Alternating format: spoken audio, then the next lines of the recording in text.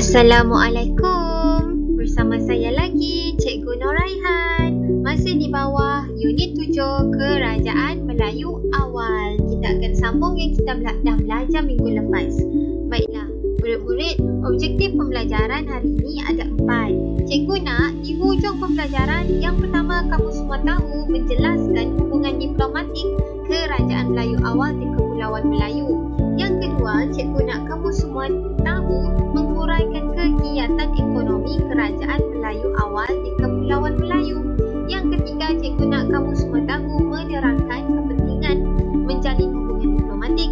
Dan yang keempat adalah kamu semua tahu menjelaskan kepentingan perdagangan jalan laut kepada negara. Baiklah, apa maksud hubungan diplomatik? Kita masuk dalam topik yang pertama, iaitu hubungan diplomatik Kerajaan Melayu Awal di Kepulauan Melayu. Apa maksud hubungan diplomatik ni? Hubungan diplomatik ialah hubungan yang terjalin antara sebuah kerajaan dengan kerajaan yang lain. Tengok ni, Kerajaan Kedah Tua, Kerajaan Sriwijaya, Kerajaan Majapahit. Pernah dengar?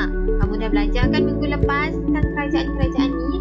Kerajaan-kerajaan ni ada menjalankan hubungan diplomatik. Kamu nak tahu tak mereka kerajaan bertiga ni jalinkan hubungan diplomatik dengan siapa? Dia jalinkan hubungan dengan China. Hebat tak hebat kerajaan Melayu Awal dulu-dulu. Mereka jalinkan hubungan dengan China, bukan saja China. Mereka juga jalinkan hubungan dengan India. Betapa hebatnya kerajaan Melayu Awal, walaupun mereka itu tak ada teknologi pada masa tu, masih kuno lagi, tapi mereka dah menjalinkan hubungan diplomatik dengan kedua-dua negara besar ini. Apa maksud hubungan diplomatik? Kamu tahu kan? Hubungan yang terjalin antara sebuah kerajaan dengan kerajaan yang lain. Contohnya, Kerajaan Kedah Tua menjalinkan hubungan dengan kerajaan China. Itulah dinamakan hubungan diplomatik. Seterusnya, hubungan diplomatik dari segi politik. Kenapa Kerajaan Sriwijaya, Kerajaan Kedah Tua, Kerajaan Majapahit menjalinkan hubungan diplomatik? Yang pertama adalah hubungan diplomatik ni penting untuk mendapatkan pengiktirafan. Ialah bila mereka dah jalinkan hubungan, contoh Kedah Tua dah jalinkan hubungan dengan China, mereka akan diiktiraf sebagai satu kuasa yang besar. Ialah hebat kan? Mereka boleh menjalinkan hubungan dengan negara yang hebat, yang kuat macam China tu. Pertama, untuk mendapatkan pengiktirafan. Seterusnya, hubungan diplomatik ni juga menjamin keselamatan bagi mengekalkan kedudukan. Ialah contoh Majapahit dah ada hubungan dengan kerajaan China. Jadi orang takut nak ancam mereka, orang takut nak serang mereka sebab mereka ni kuat. Mereka ada jalinkan hubungan dengan kuasa yang besar. Jadi itu adalah antara dua kepentingan dari segi politik menjalinkan hubungan diplomatik.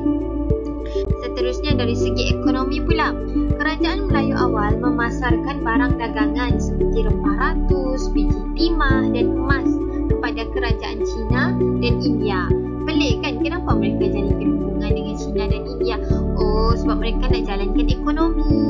Contoh, Kerajaan Melayu Awal ni, mereka memasarkan barang dagangan seperti rempah ratus, biji timah dan emas kepada kerajaan China dan India. Kerajaan Melayu Awal pula ditawarkan barangan mewah seperti tembikar, sutera dan perhiasan. Tengok pada gambar ni, sutera perhiasan ni dari kerajaan China. China ni jual kepada Kerajaan Melayu Awal. Kerajaan Melayu Awal jual apa pula? Kerajaan Melayu Awal jual rempah ratus, jual biji timah dan emas kepada kerajaan China serta India. Boleh faham sekarang macam mana kegiatan ekonomi, macam mana hubungan diplomatik ni berjalan dari segi ekonomi. Macam ni lah perdagangan tukar macam ni. Dan seterusnya dari segi sosial, hubungan diplomatik dapat mengeratkan persahabatan dan hubungan kekeluargaan melalui perkahwinan. Contoh, anak Raja China kahwin dengan anak Raja Majapahit. Jadi berlakulah hubungan diplomatik di situ. Jadi hubungan diplomatik itu lebih erat, lebih kuat sebab dia dah jadi hubungan kekeluargaan dan jadi hubungan persahabatan. Jadi nampak hebat tak kerajaan Melayu Awal dulu-dulu? Mereka bijak. Mereka nak besarkan kuasa, dia suruh anak-anak mereka kahwin dengan kerajaan China. Macam itulah. Tengok tak gambar kat bawah ni? Ini adalah gambar bukti yang kerajaan Melayu awal dulu telah menerima utusan dari kerajaan Cina, kerajaan India. Tengok. Ada gajah. Gajah tu kan dari India. Tadi cikgu dah cerita panjang lebar. Sekarang cikgu nak kamu jawab. Nanti dekat lembaran latihan akan ada soalan ni. Apa kepentingan menjalinkan hubungan diplomatik? Tadi cikgu dah cakap dari segi politik, sosial, ekonomi. Sekarang cikgu nak kamu fikir, buat ayat sendiri.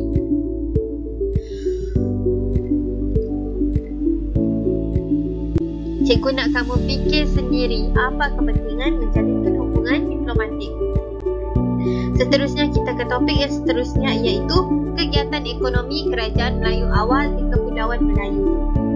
Kerajaan Melayu awal mereka dijalankan kegiatan ekonomi. Kegiatan ekonomi yang pertama adalah pertanian. Nampak tak gambar mereka tengah tanam padi. Ini adalah antara ekonomi utama Kerajaan Kedah Tua dan Majapahit. Mereka bergantung dengan penanaman padi. Sebab apa mereka buat pertanian? Sebab tanah di lembah sungai sangat subur. Kan kamu perasan kan, kamu dah belajar lokasi Kerajaan Melayu awal. Kebanyakan lokasi itu berdekatan dengan sungai, adalah di lembah-lembah sungai. Jadi lembah sungai ni dia punya tanah sangat subur. Tanaman yang ditanam adalah seperti padi, pisang, buah pala dan ubi kayu. Hasil tanaman ini dipasarkan untuk memenuhi keperluan penduduk. Jadi Kerajaan Melayu awal ni mereka dah pandai bisnes. Mereka dah pandai berniaga. Hasil tanaman tu dipasarkan untuk memenuhi keperluan penduduk. So yalah, penduduk nak makan padi, penduduk nak makan pisang, buah pala, ubi kayu. Jadi hasil tanaman tu dipasarkan lah. Sektor ekonomi yang kedua adalah perlombongan dan pembuatan. Kamu tengok gambar ni, ini adalah gambar relau yang digunakan untuk melebur besi semasa Kerajaan Kedah Tua. Jadi Kerajaan Kedah Tua ni mereka dah pandai dalam lebur besi. Mereka guna relau. Masyarakat Kerajaan Melayu awal menjalankan kegiatan perlombongan seperti biji timah, biji besi dan emas. Jadi Kerajaan Melayu awal dulu-dulu mereka dah pandai dah melombong. Mereka lombong biji timah, mereka lombong biji besi dan emas. Kegiatan pembuatan menghasilkan barang perhiasan, tembika dan senjata. Contoh tengok relau ni, mereka dengan relau ni mereka buat senjata, sebab relau ni untuk melebur besi kan. Dan mereka dah pandai buat perhiasan, pandai buat tembika. Jadi kerajaan dulu Melayu awal yang dulu tu dah pandai dah mahir dah buat semua benda ni. Dan yang ketiga, sektor ekonomi yang ketiga datangnya dari aktiviti dari kegiatan pelabuhan perdagangan. Lokasi Kepulauan Melayu yang berada di Jalan Laut Perdagangan Timur dan Barat. Cikgu rasa cikgu dah pernah terang yang Kerajaan Melayu awal ni mereka terletak di tengah-tengah. Jadi dari India nak pergi China, dari Arab nak pergi China. Jadi nanti boleh tengok dekat peta yang Kepulauan Melayu ni mereka letak di tengah-tengah laluan perdagangan. Jadi sangat untung, nak buat pelabuhan sangat sesuai. Kewujudan pelabuhan memudahkan pedagang untuk singgah dan menjalankan kegiatan perdagangan di Kepulauan Melayu. Kan dia tengah-tengah, jadi senanglah kapal-kapal nak berlabuh, nak singgah sekejap, nak menginap sekejap, nak berdagang juga pun boleh dekat pelabuhan tu.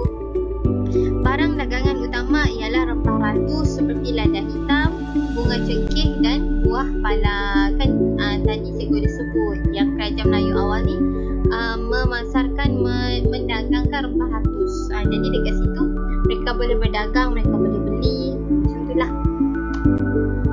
Seterusnya adalah hasil hutan dan hasil laut.